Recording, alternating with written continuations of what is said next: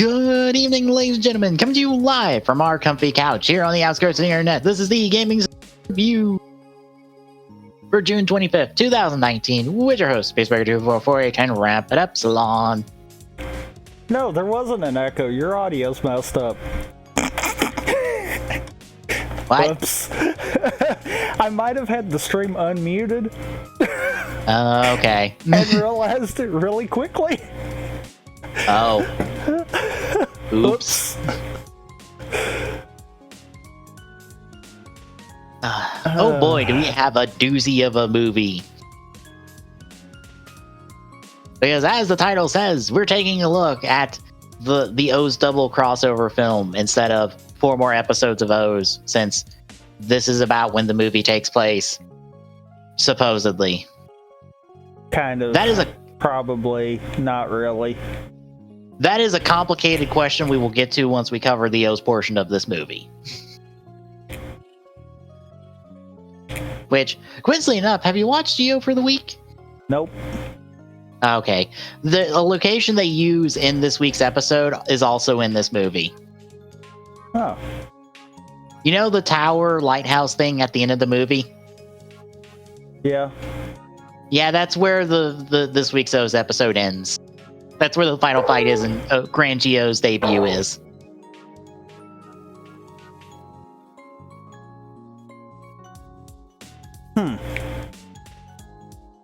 I don't know if it has special significance because that's also where Formula debuted and Drive, I believe.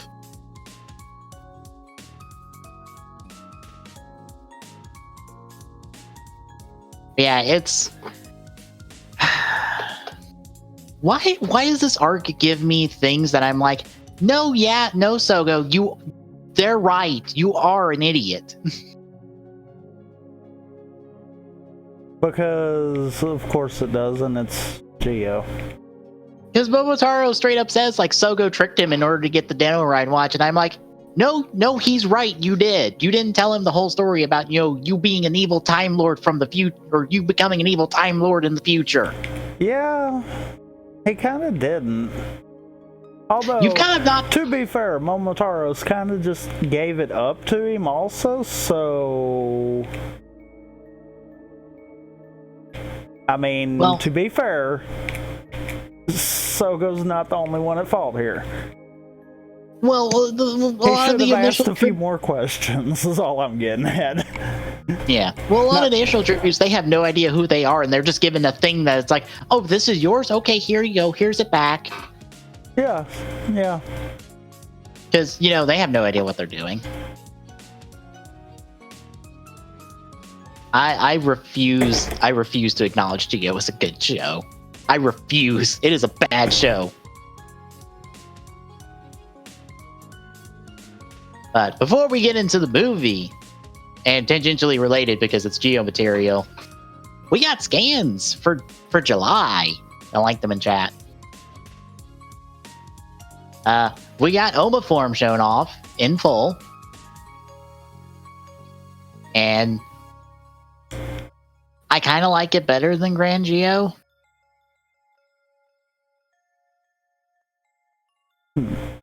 Although someone did point out that you can use Grand Geo with this ride watch, considering it only uses the left one.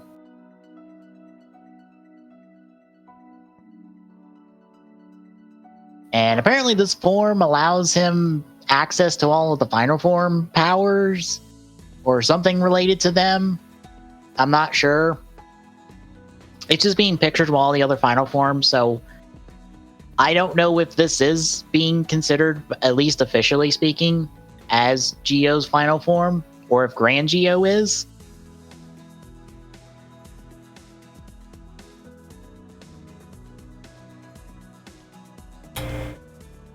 Probably a good question. Yep. Also, hi Gates, I didn't see you in this Rider Kick picture. Where the fuck is Waz in this picture? I see no Waz.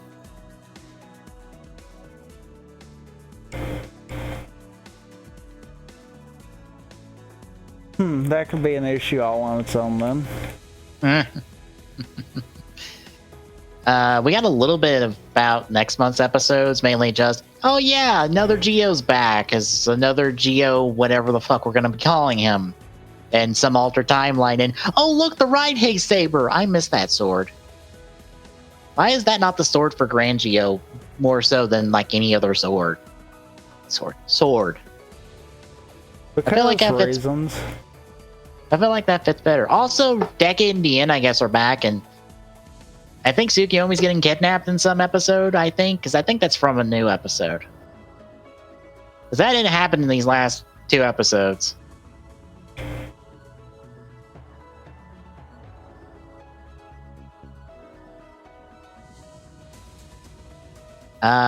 Also, Gates is getting a Hyper Battle video form in the form of a repainted goat's form with Urisen's eyes, and it's got Spectre's colors, but it's called, what was it called? Ibiryu Ride Watch? I don't know. It's a dumb goof thing.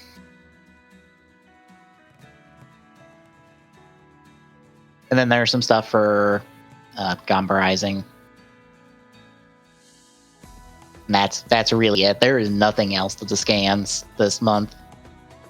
It doesn't help that apparently Geo is ending in August, according to at least one person on one of the Discords I follow.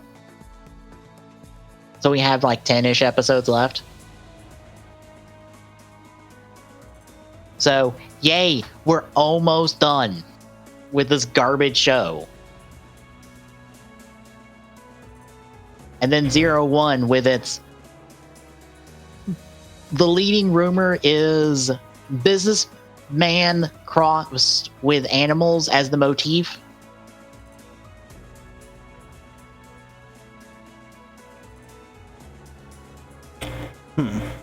Don't ask. That's just the leading rumor at the moment. I have no idea. I honestly don't care until we get something official. And even then, I won't care until the fucking show debuts, because Lord knows we've had decent shows that have turned out bad. Or decent premises that have turned out bad after their initial reveal.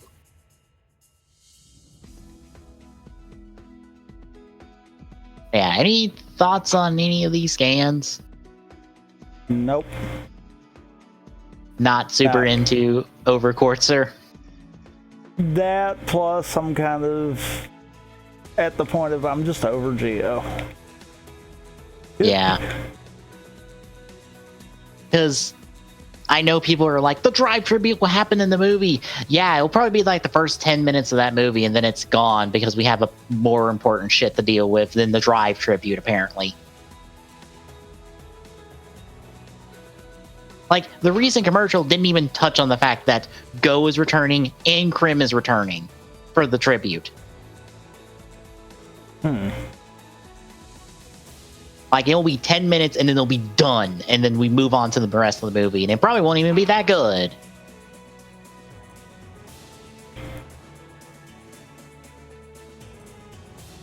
Alright, so, shall we talk about this movie then? I guess we shall. Alright, this week we're reviewing Kamen Rider, Cross Kamen Rider, O's and Double featuring Skull, Movie War Core. It premiered in theaters in Japan on December 18th, 2010, literally a day before the second half of our episodes from last week started. I forgot the episode number offhand. It was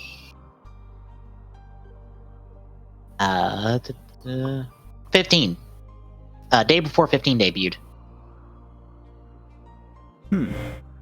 And the writing is a bit complicated because there are 2 writers on this movie, and they have individual credentials on what they wrote in this movie. So, first and foremost, we have Riku Sanjo, who wrote the double portion of this movie, along with the crossover Movie War Core portion, because this movie is segmented into 3 parts, and that's how we're going to cover it, is in 3 parts.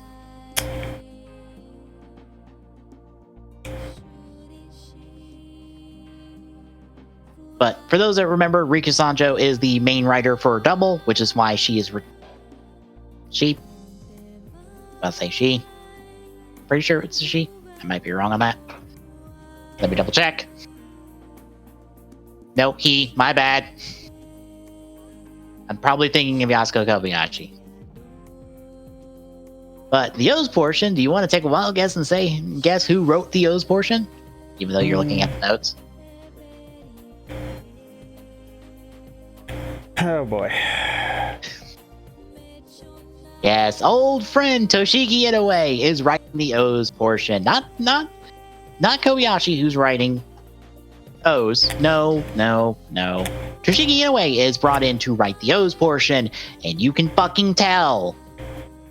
Because, oh boy, is it bad. Is it hot garbage? So, how are you feeling going into this? Or how are you feeling going into this movie? I mean, I was... and I mean, I guess it kind of did go all the way through, too. I didn't have too big of problems with it. Really? I mean... We granted, of course, we've seen far worse. Yeah. So, I mean, that's not too much to say either. Mm. Yeah. Also, as an additional note, we are looking at the director's cut version of this movie, which swaps the doubles and O's portions of this movie and how they're presented. Before, it was double, then O's, then movie war core. Now it's O's, then double, then movie war core, because somehow that makes more sense. Even though there is a joke in this movie that directly references the time of the movie that is lost because you swapped the portions. Yeah. Thanks, movie. And it's a really good joke, too.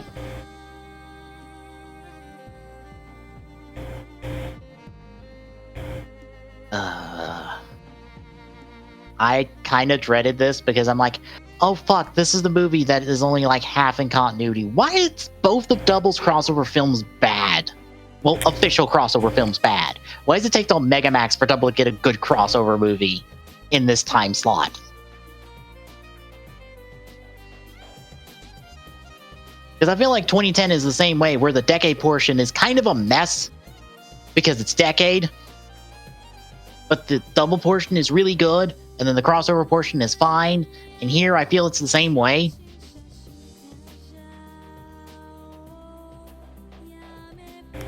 I don't know. Do you remember 2010? Kind of, but it's been a little bit actually, so... Yeah. Well, shall we get to the movie itself? I guess we shall. Alright, kicking off, we're going to start with the O's portion, dubbed O's Nobunaga's Desire. Because Oda Nobunaga is the main character of this fucking portion, not Edgy. And I'm not kidding, I swear he has more screen time than Edgy in this fucking portion of the movie. Like, I'm not insane in thinking that, right? No. Okay. We start off at some dig site somewhere in a forest. It's not that important where the fuck this is. But Kagami's men are looking for the remains of Oda Nobunaga because Kogami is wanting to do an experiment. And I guess he requires Oda Nobunaga for this. Anyway, he's really excited for this.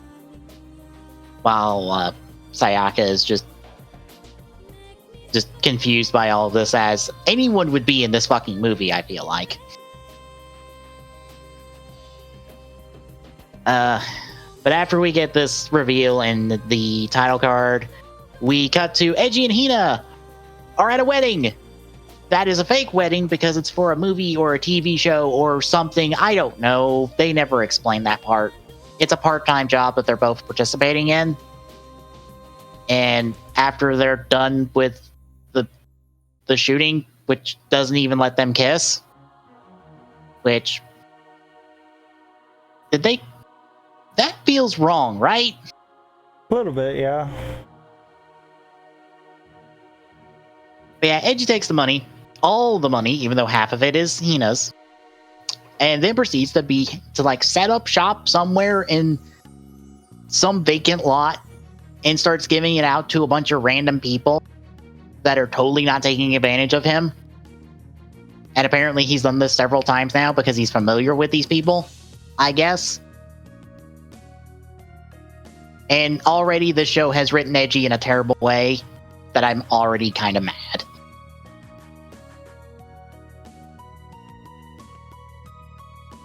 Like TV, like show Edgy would not do this, right? I don't think he would. Like, show Edgy would not be handing out money to these people. He'd be trying to fix their problems. Not giving them money that he should be using to fucking fund Ank's addiction to ice pops.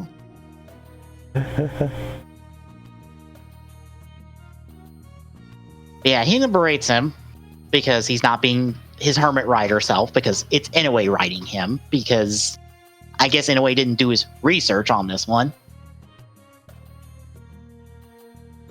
But meanwhile, and prepare to hear me say that a lot, because there is a lot of fucking meanwhile or later on, because again, the continuity of this movie is fucking bullshit. So meanwhile, Kogami and the rest of the Kogami company cast, including Goto, Sayaka, and Maki, are reviving Obunaga with the power of cell metals and science, because I have no idea. They never explain why in the movie.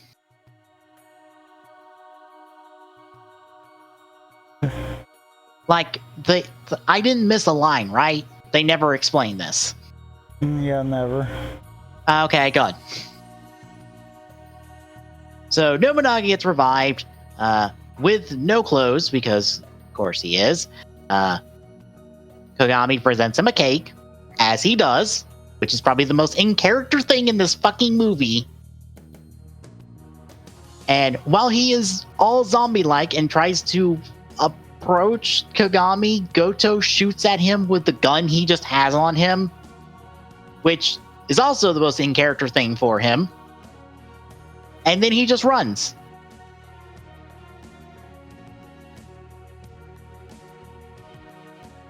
So after this, we cut to Edgy delivering newspapers. Just randomly. Because that's another job he has. Like, why does Edgy have so many goddamn jobs in this movie? Like, he only ever works one job that we've seen in the show so far, and that's at the Kuskus. Yeah. Which is apparently closed because Chiyoko is out of the country, as we'll find out later. Because, by the way, Choco's not in this portion, but she will appear later.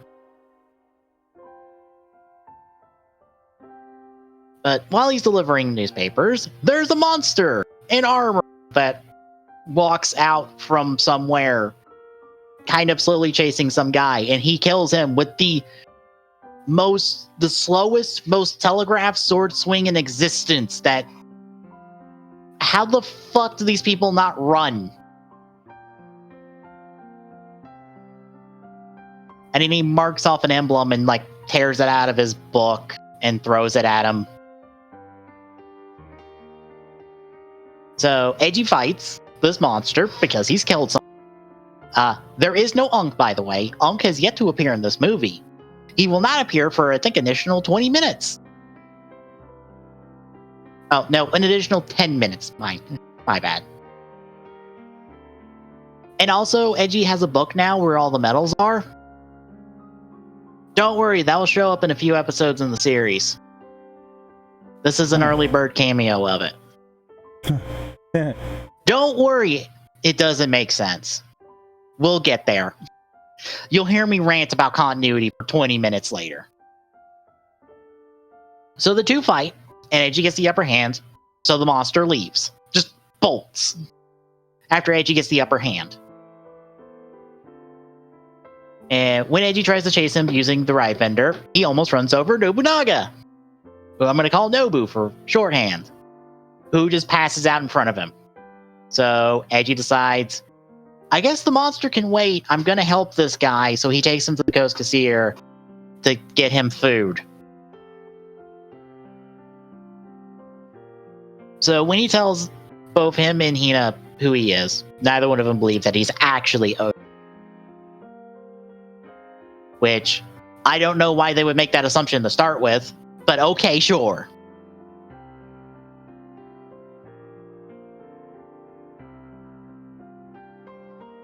He's also introduced to underwear in a scene that I'm not sure why it's here, but it's here to establish the friendship that Edgy and Nobu have for this entire portion of the movie. If you don't know, I put air quotes around that, and those are super.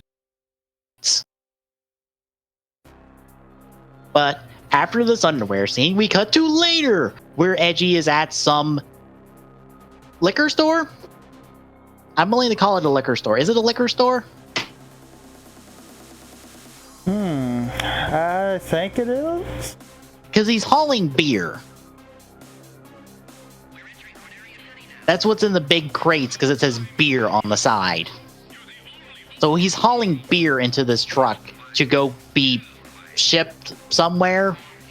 And Nobu arrives in new clothes and not really as zombie as he used to be. And he decides to help. And then he accidentally breaks some of the bottles when he slams a crate into the side of the truck on accident. And while Edgy apologizes, this guy doesn't, because he's an asshole. Do what? Because why should he? Yeah. Yeah. So after this, we see Nobu head to a library to get smart and learn things about the present. And a library. A public library, mind you, from the looks of it. And I guess he spends the whole day there. Looks like it, yeah. So at another odd job, Edgy and Nobu are at some tech firm. I guess they're janitors, considering what we see later. They have a bug in their program, and it's so hard to fix that Nobu fixes it immediately and gets hired on the spot. No, that's what actually happens. Nobu, the feudal Japan warlord, just now has been introduced to the idea of computers. Just fix the bug that people whose job it is can't fix it. Yeah. Does that make sense, right? If you can't tell, this smacks of in-a-way writing already. Granted, long before this, but yeah, this is an in-a-way thing. So now Nobu's hired into this company, and he's working for them. But later on that night, I presume the same day. By the way, we just jump from point to point to point over the course of, I think, several days. Probably weeks. But again, we'll get to the continuity of this fucking entire subsection of the movie in a bit.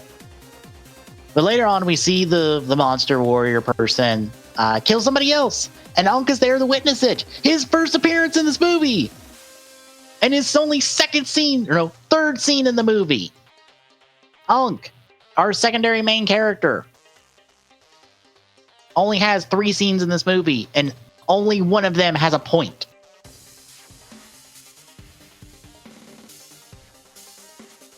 Yeah, Ankh is there to witness the murder and see the monster run away and disappear. But he picks up the emblem paper thing and actually knows what the fuck it is. So then we got to a dance competition the next day, I assume, where Hina is cheering on some ballerina girl she knows. I don't remember her name. I don't care to remember her name. She's kind of superfluous in this movie. I say superfluous in the fact of she's not important enough for me to remember, but she's apparently important enough to our characters. For some reason. Yeah, she's a plot device in this movie, unfortunately. But yeah, this ballerina is competing in a breakdancing competition for the tech firm that Nobu's hired on. Which, like, she says she only wanted to come there to earn money because it's a part-time job. Well, why is she a ballerina competing in a competition that is more for breakdancers? Yeah.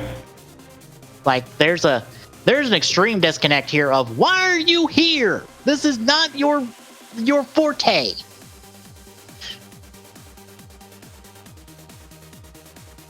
But while all this is happening, apparently Nobu just silently buys out the firm, is now the president.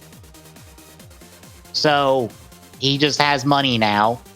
A lot of money, enough to buy 50% of the stock, and is named president now of the company. Because that's how that works. Yeah, just like that. So that happened, which gives Edgy and Hina a reason to celebrate. So they take Nobu and Ballerina Girl back to the Kosuke to celebrate Nobu's presidency. Ankh is also there to be Ankh and celebrate. By the way, he's just a floating hand now instead of, well, Ankh attached to the cop. But Edgy escorts him into the kitchen because, you know, you don't want to freak people out with the floating hand.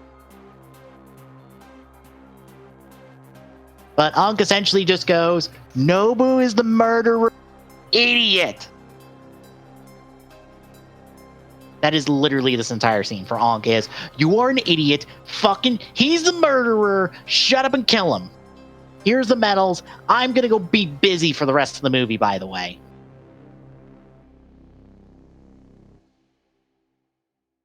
So after that, we get Nobu and the ballerina having the weakest argument in the world over the stupidest shit I've ever fucking heard.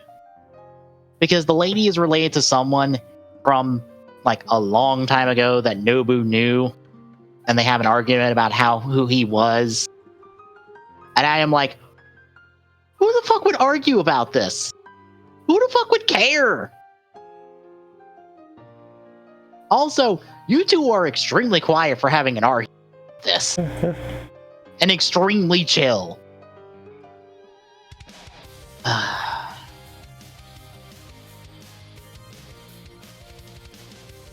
So, later on, for the 5th fucking time, I feel like, we cut to Nobu at an auction, where a special tea set that he's familiar with from his past is on auction. And by the way, Kagami and crew are bidding on it, and they get into a bidding war.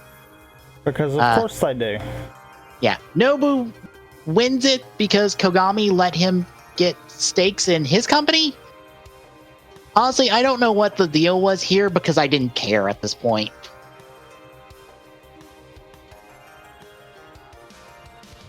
Like, I so don't care.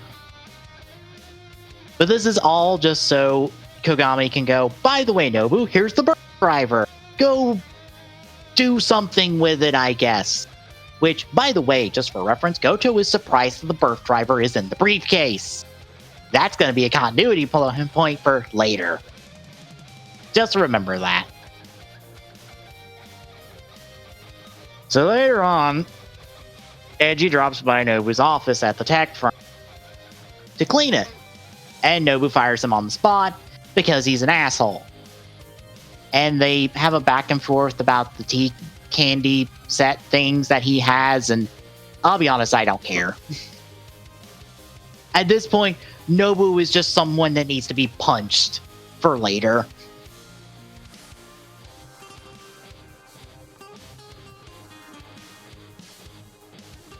But after they have their conversation that I honestly don't remember because it's a part of some stupid shit about their friendship that just doesn't exist because these two have no fucking chemistry.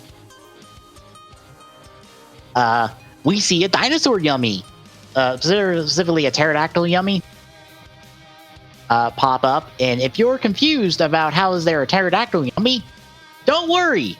Everyone's confused about that in this movie. Continuity errors. But yeah, it's attacking, and Nobu decides to go fight it, so he's free because he wants to take over everything. So he becomes birthed to fight it, and by the way, there's also that gets trapped under a flipped car for like 20 minutes that Nobu is standing right next to and takes forever to rescue. You, sir, do not deserve that belt nor that title. Fuck off. Yeah. Literally, this lady is screaming her lungs off. He is 4 feet from her. And all the while, he's just staring at the Yummy as birth. What the fuck? Why is the news not reporting on this asshole being a humongous dick? Because there is a news report, because that's how Edgy and Hina find out that he's birth. Except they don't say anything about birth, even though once more continuity problems. We'll get there. I promise. Maybe. So after all this has went down, we're at some rehearsal with the ballerina lady. Because we just smash cut to this. Literally, if you're wondering why there's so many just weird transitions here, it's because we literally just go to that. There's no transition. So Nobu wants to kill the ballerina lady because, again, she's related to from his past and he wishes to murder. But he changes his mind because she reminds him of some lady from his past and now he wants to marry her. We're given no context on who the lady is. I assume if you're Japanese and you know the history, you know who this lady is in this like weird flashback scene. I don't. So none of this makes sense to me. Yeah, I don't either. So rightfully, the lady is like, "You are crazy, back the fuck off." But he turns into a monster and knocks over some concrete and hurts her ankle. And Edgy takes forever to intervene in this situation because you've been like, before the whole injuring of her, they actually come out on stage. And Edgy sees that that the monster's Nobu. And also Edgy's hesitant to fight him because they're friends. God, this portion sucks. So, the ballerina lady is hurt, but then a totally non-existent character pops a cell metal into her shoes in order to create another dinosaur pterodactyl Yummy. This one of the female variety, the other one is of the male variety. Don't worry, that distinction doesn't matter. It's just another monster to blow up.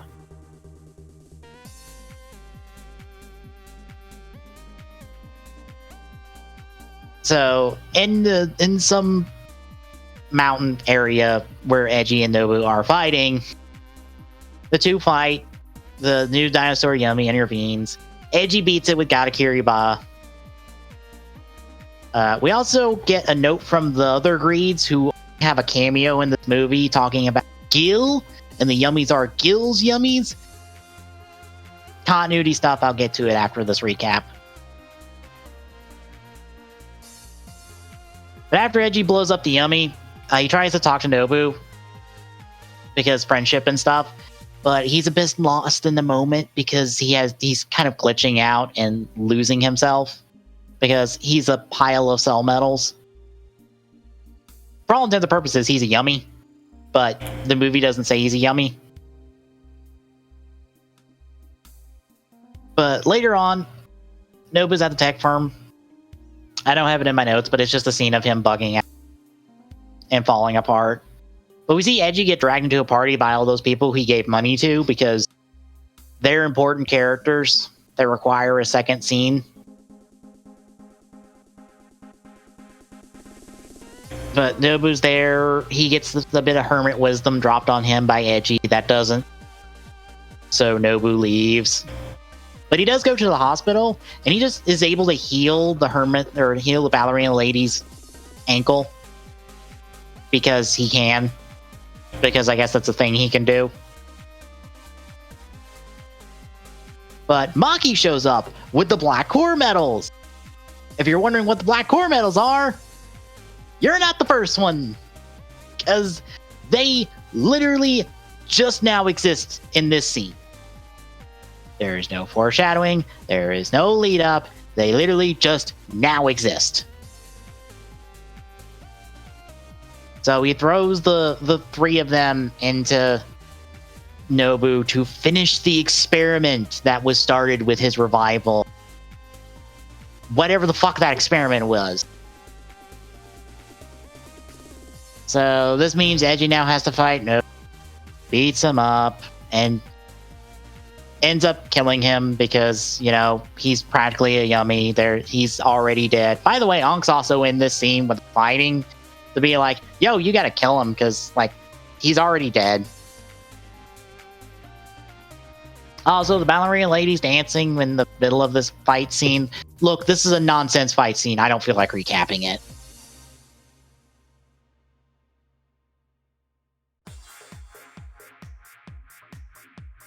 Yeah, he tells Edgy, give these flowers to the ballerina, and then he metal. Black core metals like fly away, and Edgy gives chase because those are important for part 3 of this movie. And that's it. That is this portion of the movie. So how do you feel?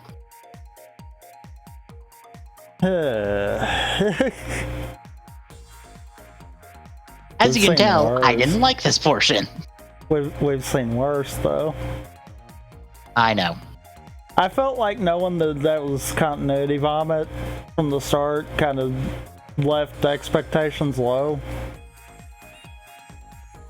Yeah, if you didn't know that there's a very complicated continuity, even if you try to work this all, it doesn't work. So, okay, I'll pose this question to you. Where do you think in continuity takes place, even if it is in con?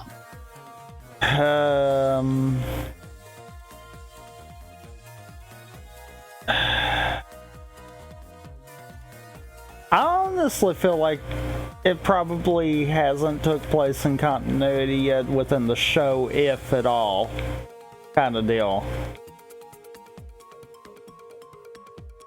Well, because especially the way that the other greeds kind of name drop Gil, and basically at this point in the show we're like, what? It's like, yeah, I feel like this could possibly have just not been in continuity altogether, kind of deal. Well, here's the thing. The stuff with Gil and the what I'm just going to call the purple yummies, because they're technically purple yummies, just to color code them, that's technically correct for later continuity material. Kind of. Like, how those yummies are born and who is kind of responsible for them, that actually makes sense.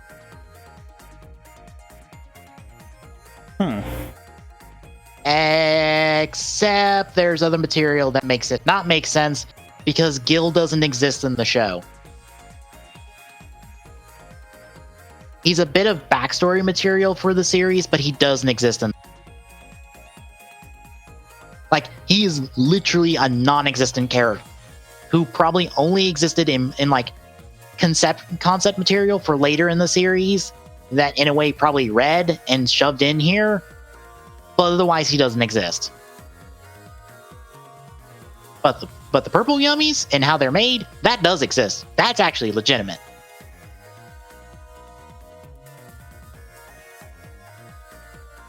Yeah, just to cover where this supposedly takes place. First and foremost, there are a multitude of continuity issues for where we're at currently in O that makes this not make sense. The O's metal holder, the book with the core metals, that doesn't exist till episode 17.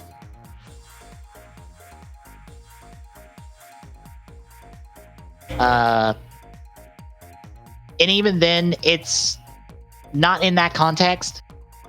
Ankh being missing for most of this movie also doesn't make it sense until later in the series. And most importantly, the birth driver. You know how we were introduced to birth at the end of last week's batch of episodes as Date? Yeah. Yeah, you notice how he doesn't exist in this movie? Yeah. You also notice how he's not the one using the birth driver in the third portion of this movie? Yeah, but I was going to exclude that right yet, because we wouldn't be at that point in terms of the movie. Right, but it also plays in the continuity because Goto will get the birth driver at some point in the series and will be birthed from then on. There's a problem. You know how there's this weird timeline gap in the movie? Yeah.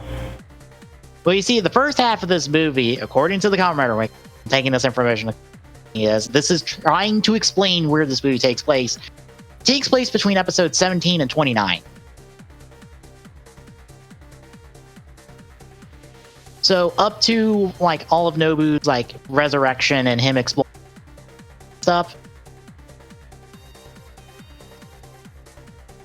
When we get the cut to, I guess, after he becomes president and the birth driver stuff, that's technically between 38 and 39.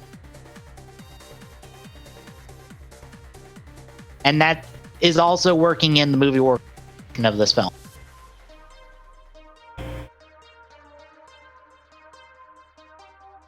Because you know how Mazul and Gamel are, not, or I wouldn't say, well, they're dead. With, I'm assuming, air quotes around that. Yeah, they're kind of dead. They're not in the show at the moment. But yet, here they are. That's also a problem. And there's also a problem with the red core medals that also show up later, because Ankh can't just go get 2 more red core medals off screen, because I believe they're all accounted for in the series.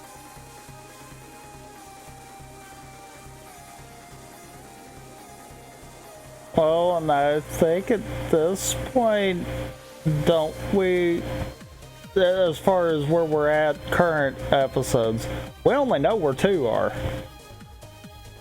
Yes. Well, I say 2 different ones. Yeah, we don't know where a Condor medal is.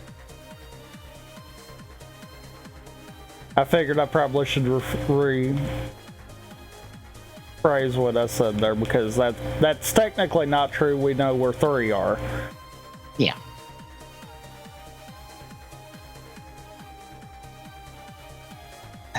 But there's a problem, I feel like, with placing this between episodes 38 and 39. And it's that thing I brought up of how Goto is surprised that the birth driver is in the briefcase. Goto would have to give up the birth driver to start with. He would know Kagami's going to give him the birth driver. Why is he surprised by this?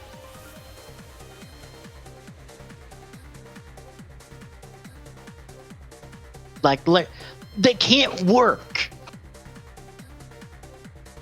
Also, there's the little fact of, by this point in the series, Eiji doesn't have Gatakiriba as an accessible combo of his.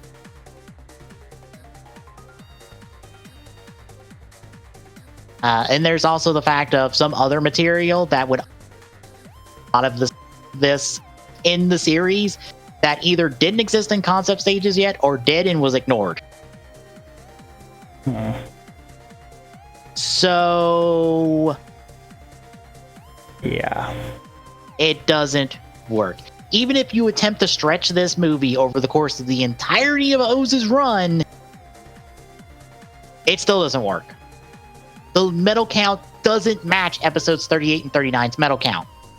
Literally, you can take the eye catch from episode 38, and compare it to the one from this movie, and they don't match. They literally cannot match. Congratulations, movie. You are so out of continuity, it is almost impossible. Actually, it is practically impossible to place this in OOO's continuity. It does not exist. It also doesn't help that, those black core medals? Yeah. Never explained. You're never explained. They're practically like the other set of core medals we will be getting in Oz's solo film. They're just 3 of them that exist, and they're not given any context of where they came from. Because of like how the core medals came to be, we don't know why these 3 core medals. Although these 3 core medals are retroactively put back in the because of the Complete Selection series, re-putting them back in as not the black core medals, but different core medals. Or as different colored core medals. But I guess they do exist because, Birth transforms with the cell medals? Yeah. The main cell medal that Birth uses is the Scorpion one.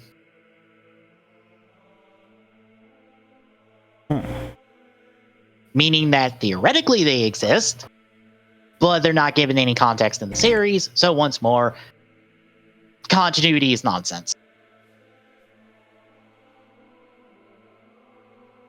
God, this section sucks. Like, just on a plot and character level, it sucks, but when you start digging into the continuity stuff, it is a nightmare. It just doesn't work. It can't work. Which makes me believe that this entire movie is out of canon, outside the fact of the last 5 minutes of this movie where Teruya and Akiko get married. Because that happened, because Double Returns acknowledges it. And Drive acknowledges it. So that happened. Rest of this movie? Fuck it probably didn't happen. And by probably you mean it didn't happen at this point. Yeah. So we get to the double portion.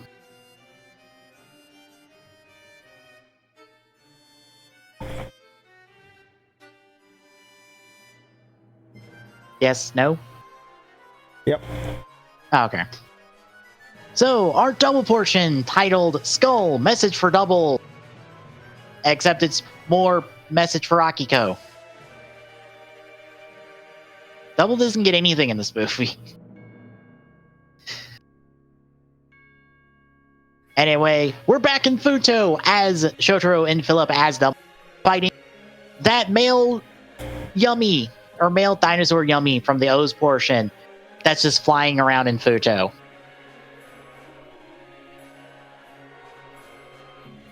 They fight it, whack it around, have the cell metals pop out at it, and they're confused by it. But then we see Terry show up, and he pulls out the engine blade from his bike and starts whacking the Yummy with it. And the 2 of them are confused that Terui is not transforming and fighting this like they normally were. And they ask him about it, and he says, "Don't ask me questions," and proceeds to whack it with the sword. But then we see Akiko arrive in her wedding dress, and she's complaining to the 3 of them because they went and fought a monster when they should be at her wedding.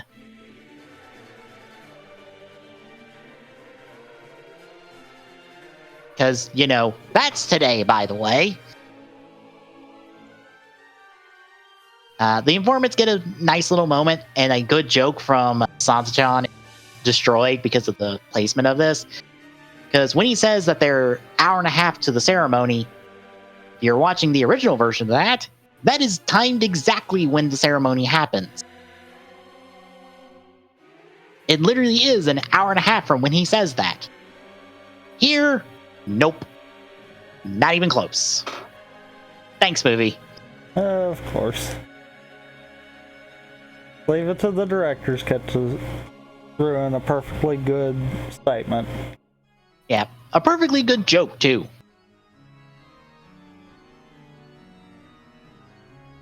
Yeah, Akiko is just doesn't want any more writer business right now. Especially because they've all had a rough time. Because bear in mind, this takes place sometime after Philip's revival, a year after the end of Double. Well, after the last episode, which takes place a year after the end of the second to last episode. Essentially, this takes place some undetermined amount of time after Double.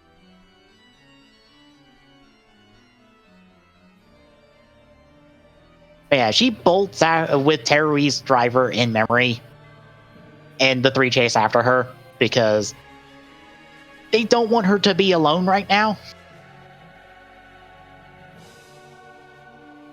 Later on, we see Akiko just lament the fact that everyone in her life is a fighter, and also two of them have died.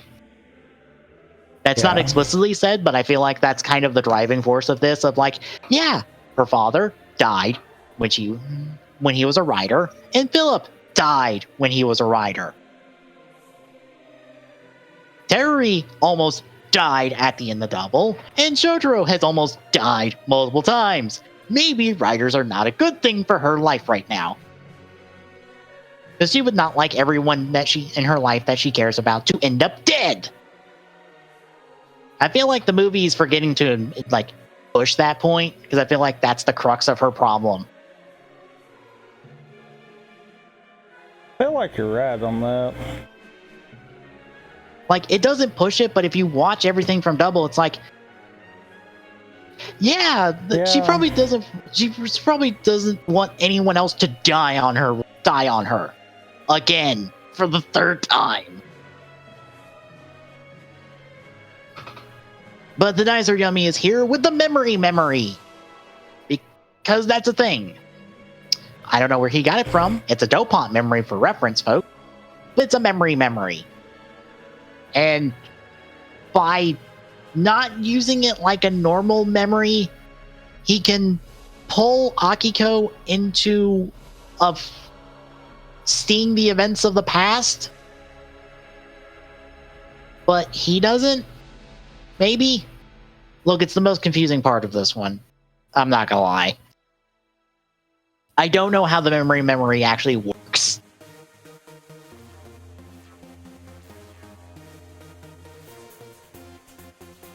But we're essentially going to be getting a flashback this entire part of the movie that is focused on Narumi from back in the day when he was a detective. So we see him and his partner Matsu at the office, witnessing Narumi's terrible attempts to roast coffee nuts the old-fashioned way. In a probably dangerous method, because I think he just hooked up an aerosol can to an open flame. I guess you could say he was trying to hard boil coffee. Yes. It does not turn out well. And for reference, just timeline-wise, it's November 1999. You can tell by the calendar that's behind Akiko's shoulder in one shot. I can't tell you if that calendar is accurate for that month and year, because I didn't look. But it is November of 99.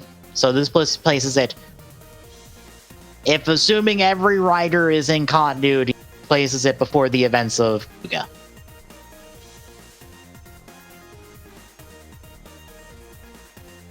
But the two of them get a call from a singer named Melissa, fairly famous singer, I assume, in Futo, who is being targeted by a stalker? I'm going to say stalker. I'm not sure how else to classify him at the moment, because he hasn't murdered anybody yet. Yeah.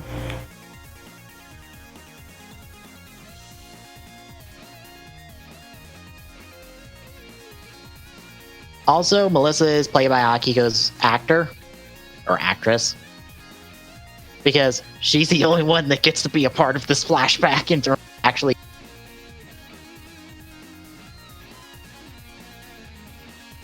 But the two of them head out to the concert, and we get an extended scene of that looks absolutely atrocious of them totally driving the car there. Like, oh my god, it looks so bad. Like, so bad. I could not stop laughing at it. This is some 80s level of... This is literally just a green screen back behind you.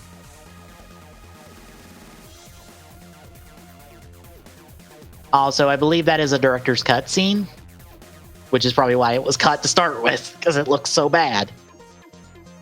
Probably then, yeah. I believe it just cuts from the title screen to them arriving and it raining. That, or just cuts to them inside the concert hall. I don't remember which, but I feel like it cuts this entire part out because there is no dialogue. There's only like a brief, like wordless glances pass between the two of them on the drive. And also Bat Lady like pushes some guy over because he's being an asshole, I guess. Anyway, at the concert, two of them are watching the show. And Matsu points out the producer, who is shady. Like, extremely shady. And Naruto decides to have a word with him, and is blown off almost immediately. That is when the Spider Dopant arrives, and doesn't kill anybody because Melissa was not off note. He said before that he would kill every person below 100. He would score her for her singing. But instead of killing anybody, he just wants Melissa for himself to only sing for him because he's creepy. A very young Jin, if you didn't notice, arrives with a bunch of cops. Yeah, I noticed. Yeah. A very young Jin arrives and is about as effective as we've seen in series. Mm-hmm. So to be fair, he fails we wouldn't have it any other way. Yep. Narumi has better luck of breaking it up, and a young Shotaro in the audience takes notes. And yes, that is a young child Shotaro. Would you like to take a guess on who the girl is with him? I think it actually was name dropped, at least in the director's cut. Yes, but do you remember who she is? Yep. Yep. Go ahead. I was about to say, for reference, it is the lady from the first two episodes of Double. If that isn't a deep cut for Double, I don't know what is. Because that is an extremely deep reference that only people who really love Double would know.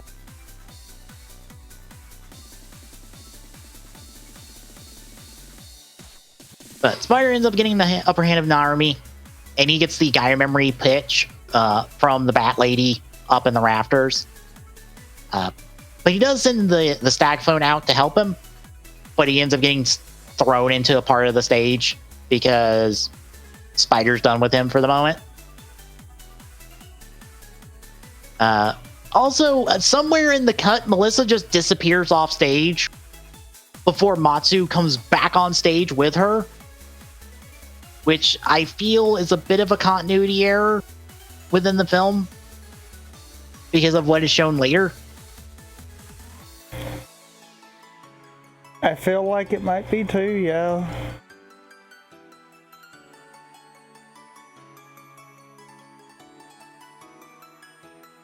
But Narumi decides against warnings to pursue this case, and Matsu is off to do research, while Narumi checks in with Shroud in the back of the office because that part's actually still there, and she's working on the Skull Gary, which apparently is then turned into the Revolve Gary after Narumi's death. It's the only reason it's here, I guess, is to say, oh no, the Revolve Gary was here. It just got turned into Skull Gary at some undetermined point before the start of Double. I don't think it needed to be here, but okay.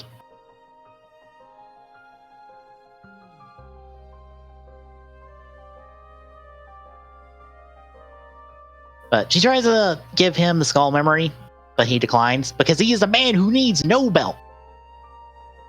He will be proven wrong later. But at the library, because the movie is putting a throwing out the subtle reference that Matsu is Narumi's Philip, especially since Akiko is seeing these events but not really commenting on them until kind of gets to the beginning and end parts of these segments, which is good because I don't think we need her running commentary. Yeah, I kind of agree with you on that one.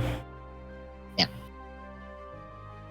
Mamatsu puts together that the producer is using the talent of his agency for something because there are disappearances related to that talent.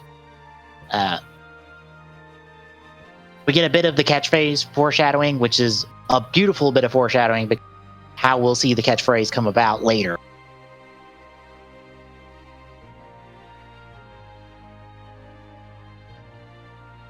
Checking in with Sam, who, for reference, is the guy from the Beast and from the Beast Dopant two-parter, aka Double Extreme's debut, because he is one of Narumi's informants. Again, I wouldn't say a deep pull for Double, but again, using continuity to advantage. Because this was a clearly established point in the show. Manages to give him a name and somebody to help him break in. And we cut to Narumi breaking in, and the guy helping to turn off security. And the guy also says that he's a coward and he doesn't want to go do anything. And Narumi's just like, "You live a long life," which he probably should have listened to him, as of about what's going to happen to him later. Yeah.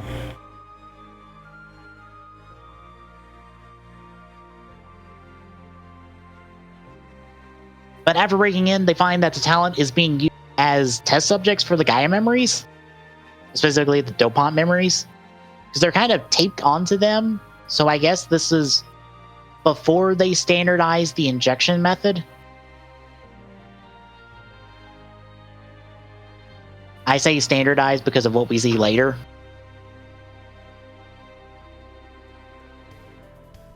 I think you're right, yeah. But Narumi tries to break up the party after the producer spots him, but is accosted by several of the Masquerade Dopant. And Bat ends up killing the guy that is helping Narumi because, yeah, probably should have left him at the front gate. Or told him to go home. The fight ends up spilling into a quarry because Spider also shows up as well by this point, and Narumi matched by the two of them and is almost thrown into a concrete wall by the two of them before Shroud arrives. She ends up throwing the Lost Driver in the skull with skull memory inside on me, and he turns into Skull Crystal. Yes, technically Skull has two forms. Kind of. It's weird.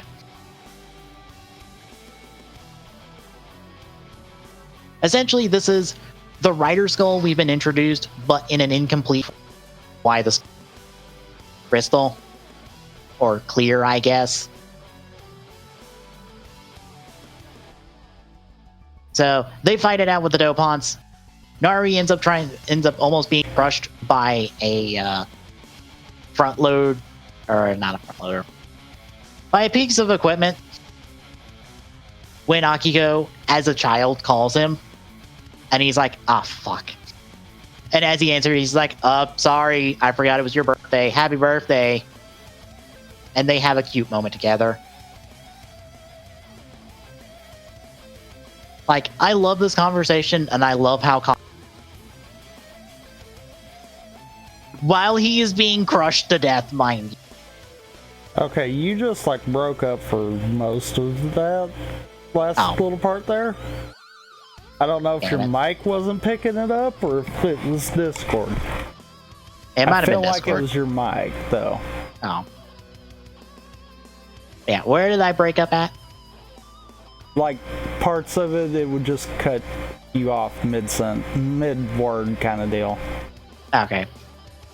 Well, Narumi got the Lost Driver, and he's in an incomplete skull form, which is why the skull is crystal or clear. Delivered to him by Shroud, so he doesn't get flung into a concrete wall and die. Did it do it again? Yeah. What the hell? Hang on.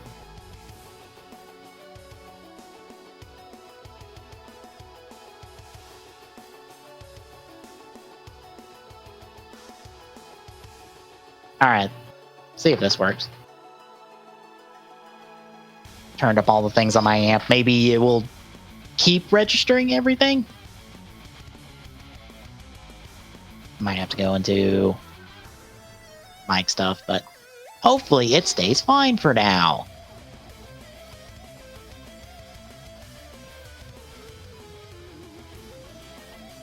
Anyway.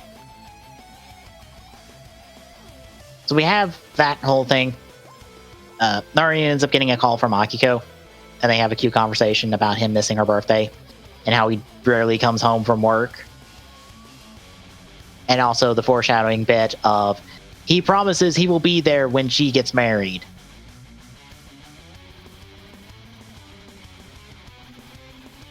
A promise, unfortunately, he can't keep. Well, he'll keep, kind of. He'll keep it in spirit. Not the way intended, though. Yeah.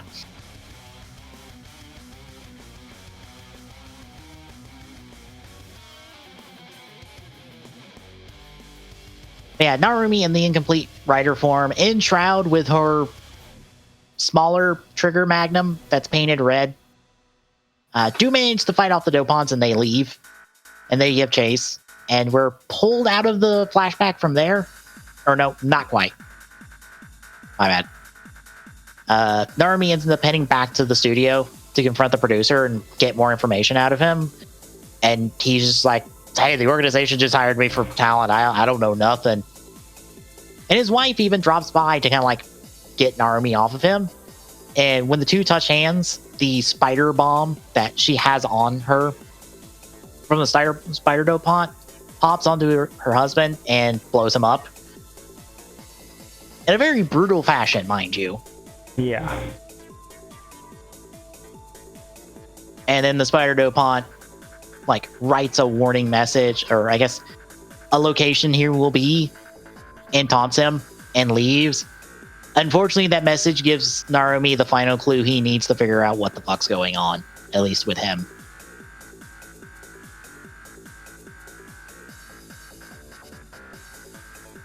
But the flashback is interrupted by Double and Terui trying to kill the Yummy. But Akiko wants to know the end of the story, so she hops back on the history train and grabs onto the Yummy as he flies away, and we are back in. She even interrupts Double in a finisher, doing a finisher to do so.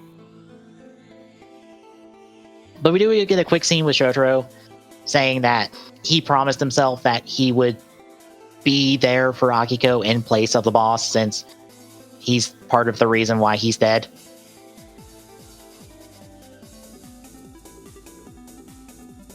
But back in the flashback, Narumi talks to Melissa at the water, at a side of the water somewhere, and Narumi accepts the promise to save the one behind the spider memory. And also we find out that Melissa already knew who it was. But as Narumi walks away, Shroud is there to talk to him and says, yo, the memory's out of control. You can't save him. Like, a memory break will kill him. And Narumi, no words, walks on when asked what he's going to do about this. And we get another wonderful insertion of Nobody's Perfect in the process. God damn it, Double knows how to use its music beautifully. Yep.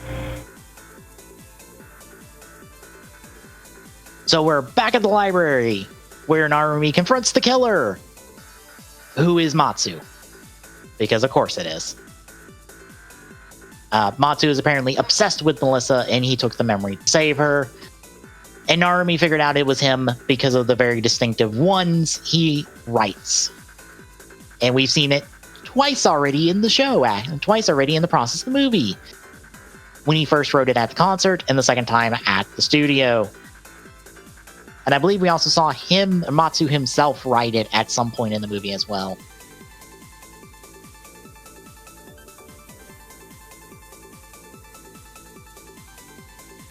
But the two trade punches in the library, with Narumi just trying to get Matsu to give up the memory and not use the memory, hopefully.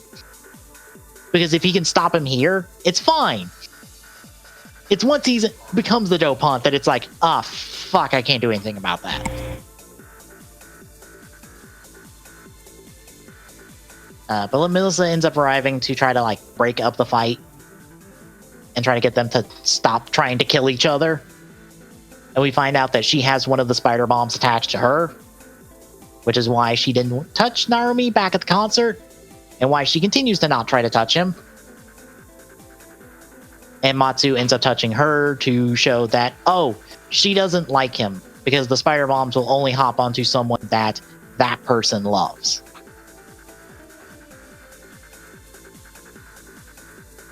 But the battle ends up spinning outside. Matsu is transformed into Spider Dopant at this point and ends up flinging 100 or so of these spider bombs into the city that end up killing a whole bunch of people that we see, because we see lots of explosions in the city. So presumably, a lot of people die. And unfortunately, Narumi gets one of them on him.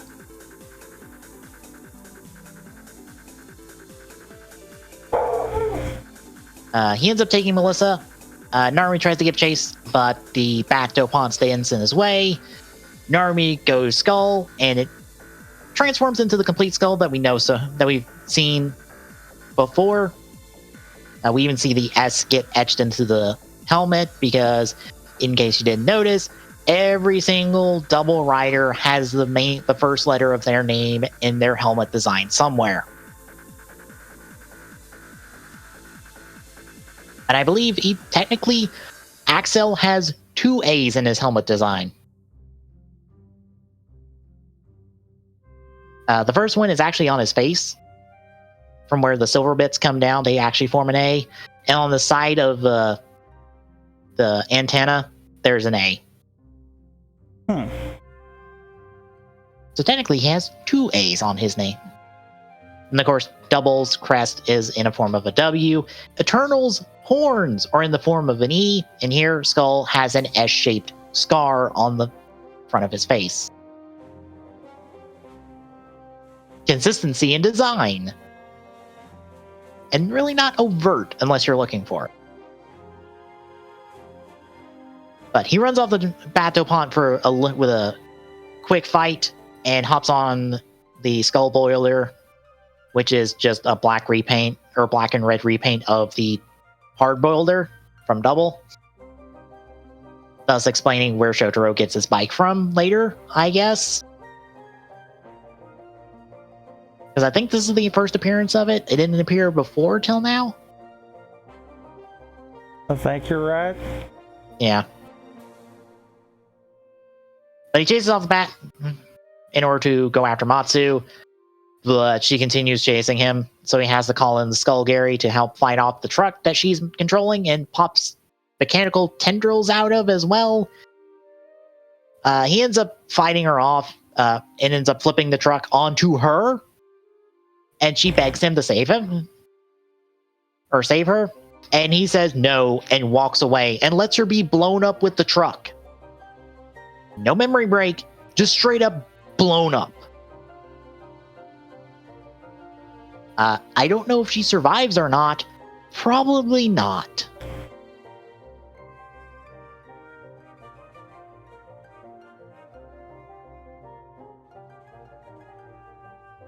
But we end up at a very particular tower that later, Narumi and Matsu trades words over the entire situation in a very beautiful shot scene, because they use the fans of a couple, or they use the blades of a couple fans to transition between the two, and they're transformed in their human states as they talk.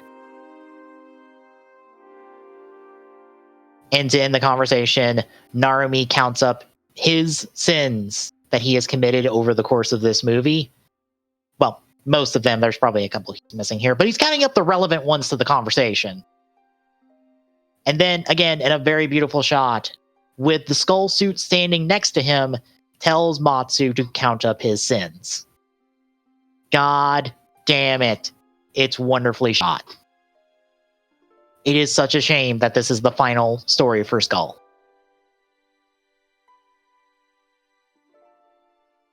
Well, technically, it's the final, like, televised or film version of Skull's story in the double manga. I think in the next couple months, we'll be giving more material to Skull. But this is like Skull's last appearance, really.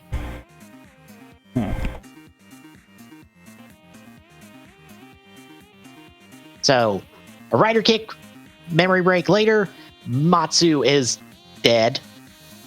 Melissa wakes up because she's unconscious the entire time. She, like, is angry at Narumi for breaking his promise, which he couldn't keep anyway because of the situation. But he just quietly accepts it and leaves. Well, as far as we know, he quietly accepts it and leaves. But at the same tower, Akio is dropped off by the Yummy. Did I miss something? No. Okay. Akio is dropped off by the Yummy, and the Yummy is happy because he has the memory of a Kamen Rider, which is making the memory react to something in the ground, and that's the end of the double portion. So, how'd you feel about this? I feel like it actually could work better in continuity than those portion, like by a long shot. Well, it helps that the main writer of that show is writing this. Yeah. And you could tell. Yeah. Like, overall, I liked it. Yeah, I like that this is our origin story for Skull, and kind of by extension, our extended origin of Double. Yeah. And it fits really well with Movie War 2010's portion, because here is the first story of Skull, and that one gave the last story of Skull. Which, while it still leaves this big open area of, okay, how did Skull and Shroud operate over the several, the next 11 years, I believe? Something like that, I think. 10, 11-ish years before Shotaro and Philip became Double. And it even leaves out, I don't think we ever really got an explanation for how Shotaro and Narumi met and how Shotaro became his apprentice.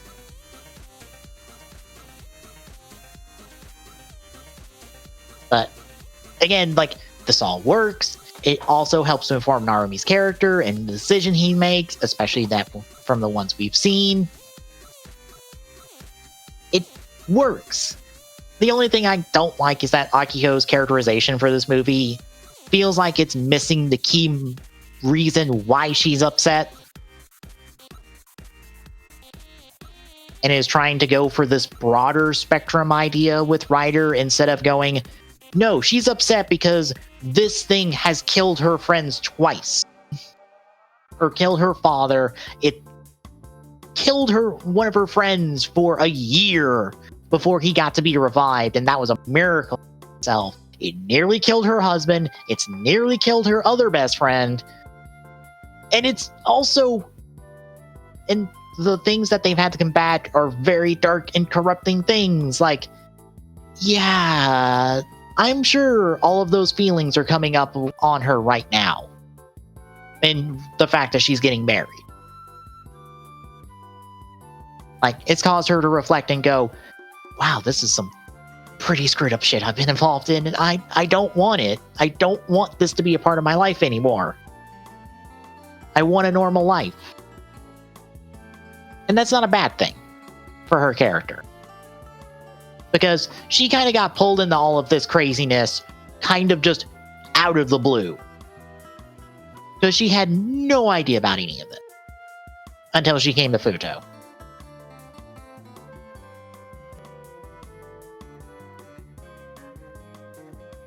So, yeah. Shall we move on to the crossover portion? I guess we shall. All right, coming back in, we see the black core metals and the memory combined together, and they bring forth Kamen Rider Core, or just Core. A very blatant fire burning version of Ichigo that is actually incomplete because there's missing parts of his figure. He's all CG. He says he's all of the anger and sadness and a bunch of other crap that I don't care about because it's nonsense.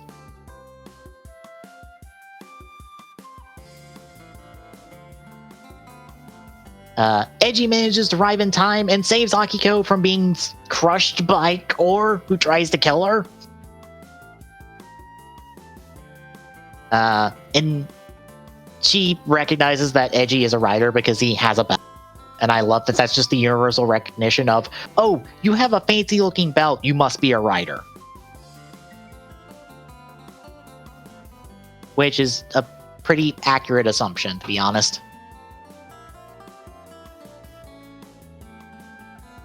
But Eiji tries to drop some hermit wisdom about what it means to be a rider. And he unfortunately rolls a natural one at the last minute. Kind of bring it home. So Akiko is still upset. But Core is rampaging, forcing Shotaro, Philip, and Eiji to transform and to fight him. And Shotaro also calls back to Eiji's appearance in A to Z. And I also love that Eiji acknowledges it. But again, since the, not able to be in continuity aspect of this movie, this scene is kind of repeated in Megamax. And is directly referencing Megamax with Shotaro. Shotaro making a hand motion that Eiji only makes in A to Z. So I feel like they redid this for Megamax. Because they recognize that this movie is not in canon and can't be in canon.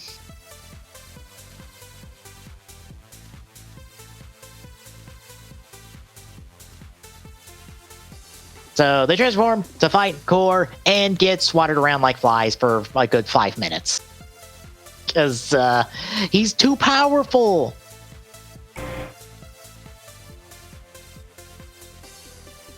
Philip eventually realizes that there is something underground that is partially powering Core, and if they can destroy it, they'll cut off Core's power source for the most part, and he'll be far more vulnerable and killable. So the two of them need to go underground, so they go Extreme and La Tirata, respectively, and hop on their bikes and fly underneath the ground, which apparently the ride vendor can now fly. Yeah. With the Tora ride can. Or the Tora can. Yeah, I noticed that too. Yeah, it's one of those, this only exists because Eiji needs to go down here on this bike, I guess. Instead of, like what Tsukasa did in Movie War 2010, just hopping on a Double's bike and flying down with him. Because Double's bike can fly, it has a module for that. But Core gives chase, leaving Teruri and Akiko by extension to deal with the Yummy. Down underground, Double and O's manage to make it to the crystal, while Core gets caught up on some structures of some rock formations because he's too big to get through. We get a beautiful moment at the crystal because Unk is just here for some reason. I don't know how he got here. He's here, but I love this scene because Ank's talking to Eiji about this crystal. That's the wellspring of memories connected to something or not. It's some byproduct of the Gaia library, I guess. I don't know. It's some nonsense explanation that's like, this is a thing powering Core, we gotta blow it up.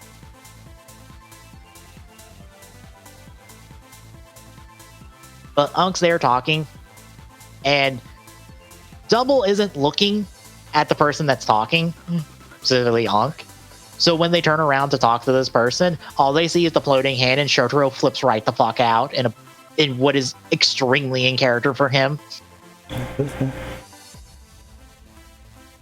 and Edgy tries to like hide Ankh a little bit. It's like he's not a bad person, okay? Like, I love this.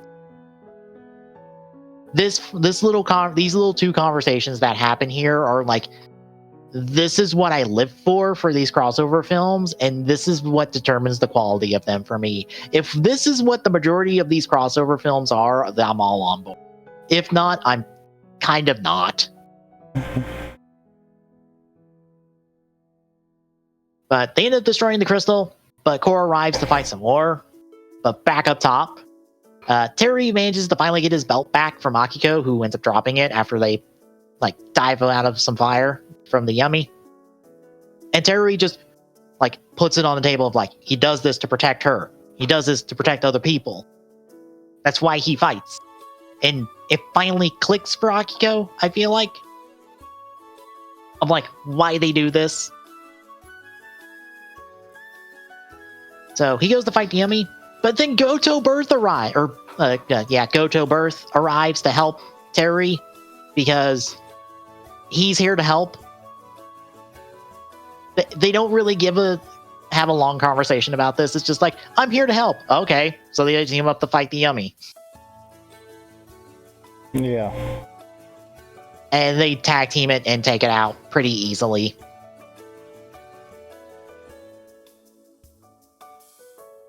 But back down below, Dumble and O's are in the corner from Core, and Core even manages to get a hold of O's and is ready to dunk him into the lake that is underground with them, somewhere underneath the earth. Don't worry too much about where they are underneath the earth. The movie doesn't even understand where they are. Before Edgy can get dunked, or before Oz can get dunked, Ankh throws him 2 more red core medals so he can become Tajador. And here's our first appearance of Tajador with the peacock wings instead of the regular Tajador wings for some reason. I don't know why. Yeah, these peacock wings, Oz doesn't use to fly. He has 6 wings, or 6 red wings that he actually uses to fly in the form. The peacock wings are more for an attack, not to fly. Well then. But the transformation of this and the peacock wings kick up the right kind of wind to hit the double driver so that double can go gold extreme. Because, I don't really want to get into the mechanics of how gold extreme works. Because reasons. Because I don't want to just be like, oh, it's when wind hits the double driver. No, like, it has to be a special kind of wind. It wouldn't just be wind. Wind blows all the time. Otherwise, they would just randomly go into gold extreme no matter what. They would have gotten in the gold extreme on the way down then. Anyway, with their powered up forms, they rider kick Core, and that's the end of him. And we see everyone is back up top, except Oz. Don't worry, he's okay. But everyone up top has a little moment together. We also see the reveal of who Birth is. It's Goto in his attire that doesn't match up with his attire later on in the series for when he actually becomes Birth. So, again, continuity issues. We talk about it. But we find out that somehow Edgy ended up in the sewer system beneath Rio de Janeiro in Brazil. I don't know how that works, but it did.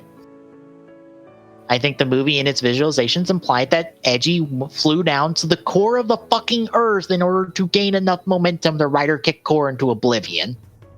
Except for here's a problem with that.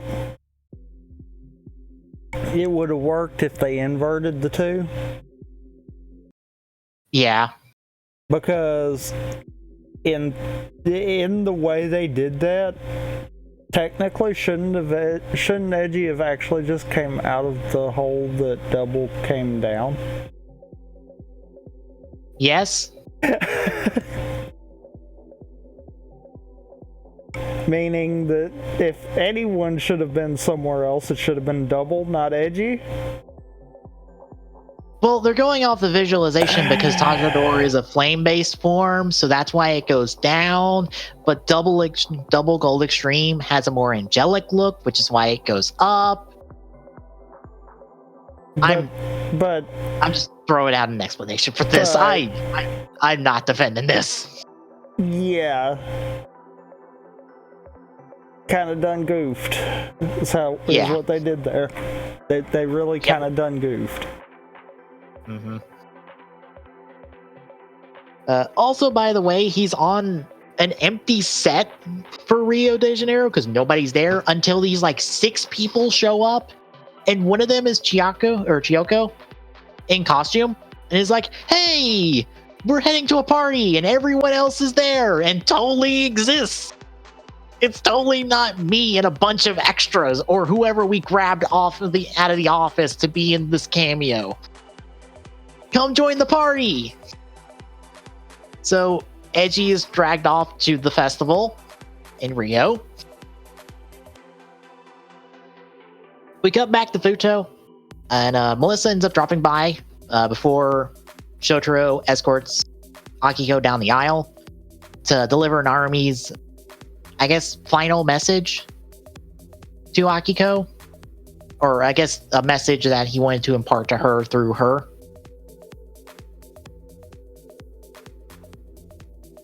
And that ends up having her decide that Jotaro won't be the one to escort her down the aisle. The spirit of her father will. Or at least, representative, it will be him.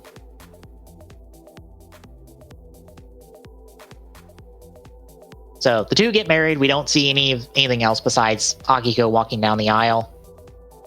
But we do end on Chiyoko and Edgy making it back to the Kosuke after Hina finds out that they're there, I guess, after some point, and is angry that she's not with them. And they cheer her up, and we end on that. So, how'd you feel about this crossover portion? And I guess the movie overall. I feel like, as far as overall, if you can overlook the major continuity issues with the O's portion, it wasn't horrible. I mean, I feel like the O's portion probably is what weighs it down.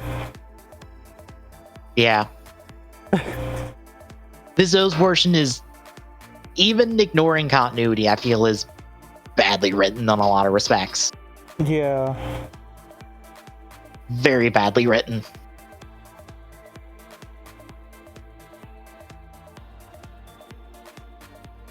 Which, I went ahead and got time codes for each of the individual segments. Do you want to take a guess on how much each segment was? Or how long each segment was?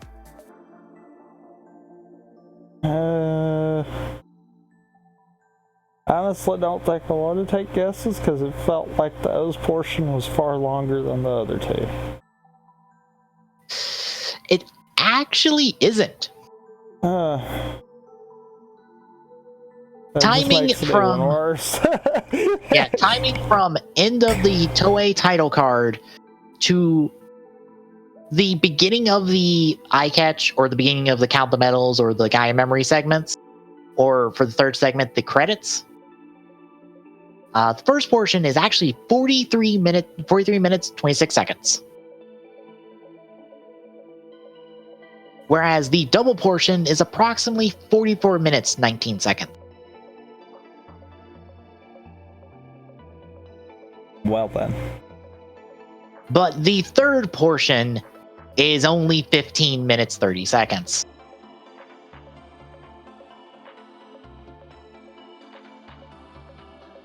The crossover portion is extremely short. I guess I don't feel like that's too horrible, though. Because really, what else could they have done as far as the crossover portion?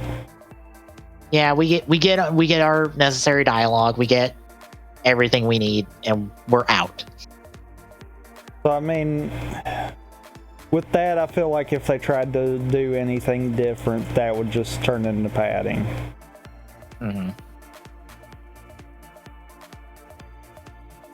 Which I also feel like there's not a lot in the a lot of director's cut material for the third portion, which means that the first two portions can probably be cut down to round about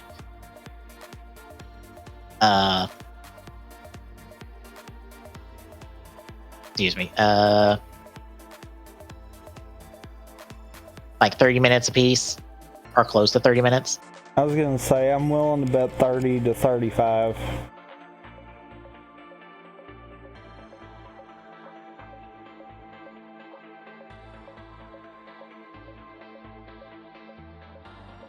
Probably closer to 35 minutes a piece. Yeah.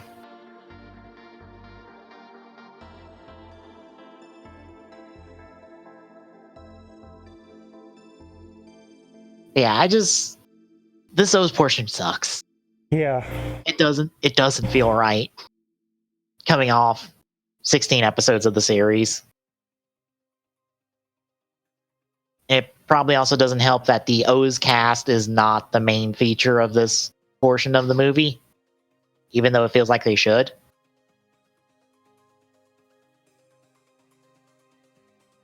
Yeah.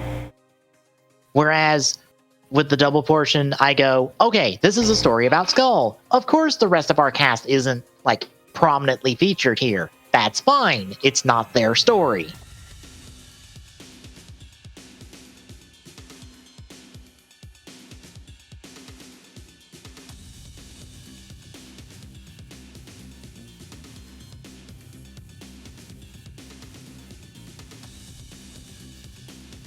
Yeah, I'm just reminded that Double didn't get a good crossover movie until Megamax. Which, I can't wait till we get Megamax, and I can, like, on this podcast go, here is the evidence that says Megamax is the best movie we've gotten in this time slot. I will not hear an argument otherwise. Nothing matches this. It works on the O's portion works, the Force A portion works, the crossover portion works, and hell, it does a good job of celebrating the 40 years of Rider as it brings in the original 7 Riders and does them well. It works every level. No other movie in this time slot works like that. Works on that level.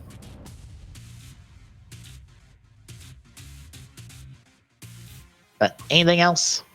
No. All right, then. Next week, we are picking up where we left off in O's, and we'll be introduced to Date and who he is in the next 4 episodes of O's. So we will back in better continuity and better storytelling for those. At least for a few more episodes. Yeah. Specifically 3 episodes, because, by the way, we have another movie in 3 episodes. Oh boy. And it's the bad one. Oh boy.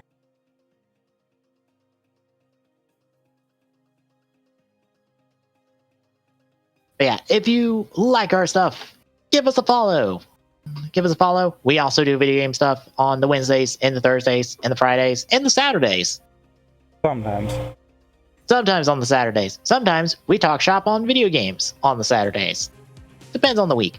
This Saturday will be talk shop on video games. So tune in for that if you are interested. Also, it would help us if you also, like, pull some people in. Then we would love to get our average follower or our average viewers up just a little bit so we can become affiliate. We just need a few people. Not that many, just a few. Every time, like, every day we stream. On average. We're also pushing for 180 followers. We're at 172 still. Yep. Okay. And at 180, you're doing all of your speed runs for a marathon-ish thing. Whereas I'm playing a terrible, dumb wrestling game. Specifically, a story mode of that terrible, dumb wrestling game where we try to destroy WrestleMania.